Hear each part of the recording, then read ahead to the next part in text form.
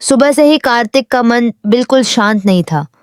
वह बार-बार अपने आप से यही सवाल कर रहा था कि आखिर उसे इतना अजीब क्यों महसूस हो रहा है।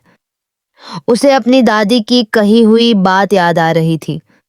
दादी अक्सर कहा करती थीं कि जब दिल किसी बात के लिए अचानक बेचैन हो जाए और बार-बार किसी एक इंसान का ख्याल आने लगे, तो समझ लेना कि ऊपर वाला कोई इशारा दे रहा है। कार्तिक ने उस वक्त तो उनकी बात को मजाक में टाल दिया था, लेकिन आज उसे लग रहा था कि शायद दादी सच कहती थीं। उसने मन ही मन कहा, हे भगवान, दादी ने जो कहा था, अगर वो सच है तो फिर मुझे इतनी बेचैनी क्यों हो रही है? ऐसा क्या है जो मुझे नायरा से कहना है? मुझे उससे बात करनी है। बस एक बार उसे देखना है। एक बार यह यकीन करना है कि वो ठीक है। कार्तिक के लिए यह बेचैनी समझना मुश्किल था। वह खुद से पूछ रहा था कि आखिर नायरा के बारे में इतना सोच क्यों रहा है, जबकि दोनों के बीच हालात इतने बदल चुके हैं। लेकिन दिल कहाँ किसी की सुनता है। दिमाग बार बार उसे रोकता था और दिल बार बार नायरा के पास जाने के लिए मजबूर कर रहा था। उधर मंदिर में दही हंडी के कार्यक्रम की तैयारियां शुरू हो चुकी थीं। पूरा मंदिर फूलों से सजाया गया था। चारों तरफ भगवान कृष्ण के जयकारे गूंज रहे थे। बच्चों के चेहरे पर खुशी थी और बड़े लोग भी उत्सव में शामिल होने के लिए पहुंच रहे थे। मंदिर ट्रस्ट की तरफ से घोषणा की जा रही थी कि इस बार पहली बार यहाँ दही हंडी का बड़ा आयोजन किया जा रहा है। सभी भक्तों से मंदिर परिसर में इकट्ठा होने की अपील की जा रही थी। लोगों के बीच उत्साह बढ़ता जा रहा था, लेकिन कार्तिक के लिए उस वक्त यह उत्सव कोई मायने नहीं रखता था। उसके मन में सिर्फ एक ही बात चल रही थी, नायरा से बात करनी है। उसने खुद से कहा, नहीं, आज मैं उससे बात करके ही रहूंगा। चाहे कुछ भी हो जाए, इस बार मैं अपनी बात उसके सामने रखूंगा। अगर मैं उसे समझा नहीं पाया तो भी शायद वो मेरे दिल की बात समझ जाएगी। कार्तिक को यह भी नहीं पता था कि वह नायरा से कहना क्या चाहता है। बस इतना पता था कि कुछ अधूरा है, कुछ ऐसा जिसे पूरा किए बिना उसके मन को शांति नहीं मिलेगी। तभी उसे खबर मिली कि नायरा मंदिर में ही है। यह सुनते ही उसका दिल और तेज धड़कने लगा। उसने तुरंत नायरा को ढूंढना शुरू किया, लेकिन नायरा उस वक्त बाकी लोगों से थोड़ा दूर खड़ी थी। मंदिर में गुलाल उड़ रहा था और भीड़ की वजह से उसे खांसी आने लगी थी। वह पानी पीने के लिए एक तरफ चली गई। कार्तिक ने दूर से उसे देखा तो कुछ पल के लिए वहीं रुक गया। उसके चेहरे पर चिंता साफ दिखाई दे रही थी। वह नायरा के पास जाना चाहता था, लेकिन उसके कदम जैसे जमीन पर जम गए थे। तभी नायरा ने भी उसे देख लिया। दोनों की नजरें मिलीं और कुछ सेकंड के लिए आसपास की सारी आवाजें जैसे धीमी पड़ गईं। कार्तिक के मन में वही सवाल फिर उठने लगा, क्या यही वो मौका है? क्या आज मैं नायरा से सब कुछ कह दूं? उसने हिम्मत जुटाई और नायरा के पास पहुंच गया। नायरा, उसने धीमी आवाज में कहा। नायरा ने उसकी तरफ देखा और पूछा, क्या हुआ कार्तिक? तुम ठीक तो हो? सुबह से कुछ परेशान लग रहे हो। कार्तिक कुछ बोल नहीं पाया। उसने होंठ खोले, लेकिन शब्द बाहर ही नहीं आए। नायरा ने फिर पूछा, बोलो ना कार्तिक, क्या कहना चाहते हो? कार्तिक ने गहरी सांस ली और कहा, असल में मुझे तुमसे कुछ कहना है। सुबह से ही मैं तुमसे बात करना चाहता था। नायरा ने उसकी आंखों में देखा और कहा, तो फिर कहो, इतनी परेशानी क्यों हो रही है?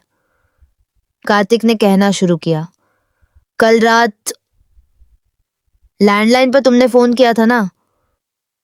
नायरा चौंक गई। उसने कहा, हाँ, लेकिन मैंने तो। कार्तिक ने उसकी बात काटते हुए कहा, मुझे लगा था कि शायद तुम कुछ कहना चाहती थी और शायद मेरा अंदाजा सही था। नायरा कुछ समझ नहीं पाई।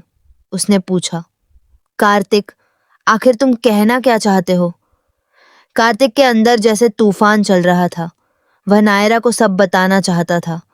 वह कहना चाहता था कि चाहे जितनी भी दूरियां आ गई हों, उसका मन आज भी नायरा से जुड़ा हुआ है। वह कहना चाहता था कि हर मुश्किल के बाद भी उसकी नजरें उसी को ढूंढती हैं, लेकिन वह यह सब कह नहीं पा रहा था। तभी अचानक किसी ने पीछे से आवाज लगाई, नायरा, तुम यहाँ अकेली क्या कर रही हो? सब लोग उधर हैं। नायरा ने पीछे मुड़कर देखा। किसी ने उसे वापस आने के लिए कहा। नायरा ने कार्तिक की तरफ देखा और कहा, मैं अभी आती हूं। लेकिन कार्तिक के चेहरे पर बेचैनी बढ़ गई। उसे लगा जैसे भगवान ने उसे मौका दिया था और फिर उसी पल वह मौका उससे छीन लिया गया। नायरा वहां से चली गई और कार्तिक वहीं खड़ा रह गया। उसने खुद से पूछा, आखिर मुझे क्या हो रहा है? मैं उसे सब कुछ क्यों नहीं बता पा रहा? शब्द क्यों नहीं मिल रहे? तभी मंदिर में दही हंडी की घोषणा होने लगी। सभी लोग कार्यक्रम की तरफ जाने लगे। कार्तिक भी भीड़ में शामिल हो गया, लेकिन उसका ध्यान अब भी नायरा पर ही था। उधर दोनों परिवार भी मंदिर में मौजूद थे। जिन लोगों ने कार्तिक और नायरा को एक दूसरे से दूर रखने की पूरी कोशिश की थी, वही लोग अब एक ही जगह खड़े थे। एक तरफ उत्सव की खुशी थी और दूसरी तरफ रिश्तों का तनाव।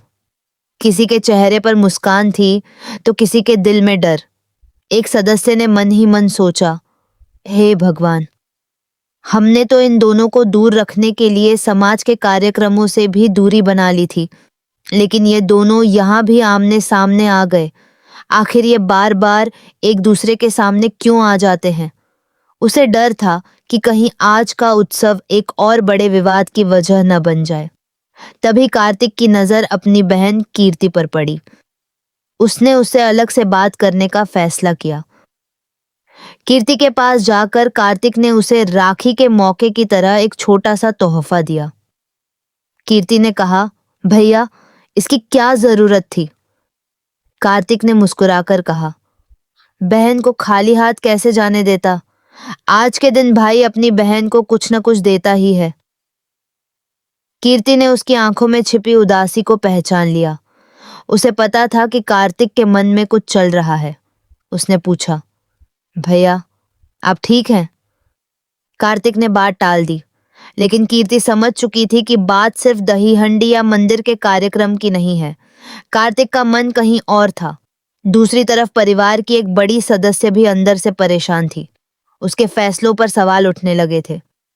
उसे समझ नहीं आ रहा था कि जो कुछ वह कर रही है उसका परिणाम क्या होगा। उसे यह एहसास होने लगा था कि कभी-कभी किसी रिश्ते को बचाने की कोशिश में इंसान उसी रिश्ते को और ज्यादा तोड़ देता है। उसने मन ही मन कहा, क्या मैं सही कर रही हूं? मैंने जो फैसले लिए, क्या उनका असर अब मुझ पर ही वापस आ रहा है? मंदिर में जयकारे तेज होने लगे। जय कन्हैया लाल की। पूरा वातावरण भक्तिमय हो गया। अब दही हंडी प्रतियोगिता शुरू होने वाली थी। अलग अलग टीमें मैदान में उतर रही थीं। एक टीम ने आयोजकों से मदद मांगी। उन्होंने बताया कि अगर वे प्रतियोगिता जीतते हैं तो इनाम की रकम केरल बाढ़ पीड़ितों की मदद के लिए भेजेंगे। लेकिन उनके कुछ सदस्य कम पड़ गए थे। उन्हें पिरामिड बनाने के लिए और लोगों की जरूरत थी। तभी कार्तिक और उसके साथ मौजूद लोगों से मदद मांगी गई। कार्तिक ने एक पल के लिए नायरा की तरफ देखा। नायरा भी वहीं थी। शायद यह भगवान का एक और इशारा था। कार्तिक ने कहा, ठीक है, हम मदद करेंगे। सभी लोग पिरामिड बनाने के लिए तैयार हो गए। किसी को अंदाजा नहीं था कि अगले कुछ मिनटों में होने वाली एक छोटी सी घटना कार्तिक की पूरी दुनिया बदलने वाली है। टीम मैदान में उतरी। भीड़ जयकारे लगाने लगी। पहली टीम ने मटकी फोड़ने में 4 मिनट 30 सेकंड लिए थे। अब दूसरी टीम की बारी थी। सबको उम्मीद थी कि इस बार रिकॉर्ड टूटेगा। कार्तिक भी टीम का हिस्सा बन गया। ऊपर चढ़ते हुए लड़कों के पैर फिसल रहे थे। नीचे खड़े लोग उन्हें संभाल रहे थे। समय लगातार कम हो रहा था। उद्घोषक चिल्ला रहा था, जल्दी कीजिए, सिर्फ 2 मिनट बचे हैं। कार्तिक ने पूरी ताकत लगा दी, लेकिन तभी पिरामिड थोड़ा हिल गया। ऊपर मौजूद लड़के ने चिल्लाकर कहा, कार्तिक भैया, जल्दी उठिए, वरना हम हार जाएंगे। कार्तिक ने खुद को संभाला और फिर से खड़े होने की कोशिश की। तभी उद्घोषक ने कहा, सिर्फ 40 सेकंड बाकी। भीड़ की आवाज और तेज हो गई। नायरा की नजर भी कार्तिक पर टिक गई। उसके चेहरे पर डर साफ दिखाई दे रहा था। वह चाहकर भी कुछ नहीं कर पा रही थी। फिर 20 सेकंड, 15 सेकंड, 8 सेकंड, 4 सेकंड, और ठीक उसी वक्त एक लड़का बिजली की तेजी से ऊपर पहुंचा और मटकी फोड़ दी। पूरा मंदिर जयकारों से गूंज उठा। लेकिन जैसे ही कार्तिक ने उस लड़के की तरफ देखा, उसके चेहरे के भाव बदल गए। उसे लगा जैसे वह चेहरा उसे कहीं से जाना पहचाना है। कार्तिक ने तुरंत भीड़ में उसे ढूंढना शुरू किया, लेकिन वह लड़का गायब हो चुका था। कार्तिक ने बेचैनी से पूछा, वो लड़का कौन था जिसने मटकी फोड़ी? वो कहाँ गया? किसी के पास जवाब नहीं था। और सबसे बड़ा सवाल यही था, कार्तिक को उस अजनबी लड़के में ऐसा क्या दिखाई दिया कि उसका पूरा ध्यान उसी पर चला गया? क्या वह सच में कोई अजनबी था या उसके आने के पीछे कोई बहुत बड़ा राज छिपा था?